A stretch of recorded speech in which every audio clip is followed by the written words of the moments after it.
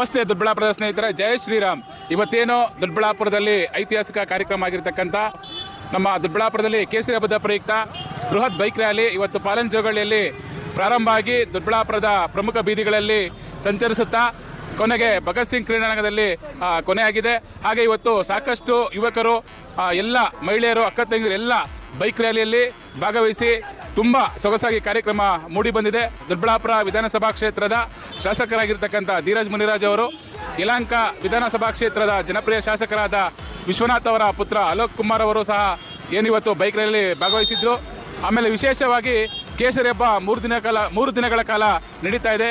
ಯಾಕಂತಂದರೆ ಈ ಹಬ್ಬದ ವಿಶೇಷತೆ ಏನಪ್ಪ ಅಂದರೆ ಸಮಸ್ತ ಹಿಂದೂ ಬಾಂಧವರು ಬೈಕ್ ರ್ಯಾಲಿಯಲ್ಲಿ ಭಾಗವಹಿಸಿದ್ದಾರೆ.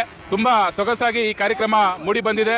ಎಲ್ಲ ಹಿಂದೂಗಳು ಒಗ್ಗೂಡಿ ಈ ಕಾರ್ಯಕ್ರಮದಲ್ಲಿ ಯಶಸ್ವಿಗೊಳಿಸಿದ್ದಾರೆ. ಬೈಕ್ ರ್ಯಾಲಿಯಲ್ಲಿ ಪಾಲ್ಗೊಂಡಿರ್ತಕ್ಕಂಥ ಎಲ್ಲರಿಗೂ ಧನ್ಯವಾದಗಳನ್ನು ತಿಳಿಸ್ತಾ, ಅದೇ ರೀತಿ ಕಾರ್ಯಕ್ರಮವನ್ನು ಆಯೋಜನೆ ಮಾಡಿರ್ತಕ್ಕಂಥ ವಿಶ್ವ ಹಿಂದೂ ಪರಿಷತ್ ಬಜರಂಗ ದಳದ ಎಲ್ಲ ಪದಾಧಿಕಾರಿಗಳಿಗೆ ಧನ್ಯವಾದಗಳನ್ನು ತಿಳಿಸ್ತಾ, ಮತ್ತೆ ನಾಳೆ ಮತ್ತು ನಾಡಿದ್ದು ಶೋಭಾಯಾತ್ರೆಯಲ್ಲಿ ಎಲ್ಲರೂ ಪಾಲ್ಗೊಂಡು, ಎಲ್ಲ ಹಿಂದೂ ಬಾಂಧವರು ಪಾಲ್ಗೊಂಡು ಈ ಕಾರ್ಯಕ್ರಮವನ್ನು ಯಶಸ್ವಿಗೊಳಿಸಬೇಕಾಗಿ ಈ ಮೂಲಕ ಕೇಳಿಕೊಳ್ಳುತ್ತಿದ್ದೇವೆ.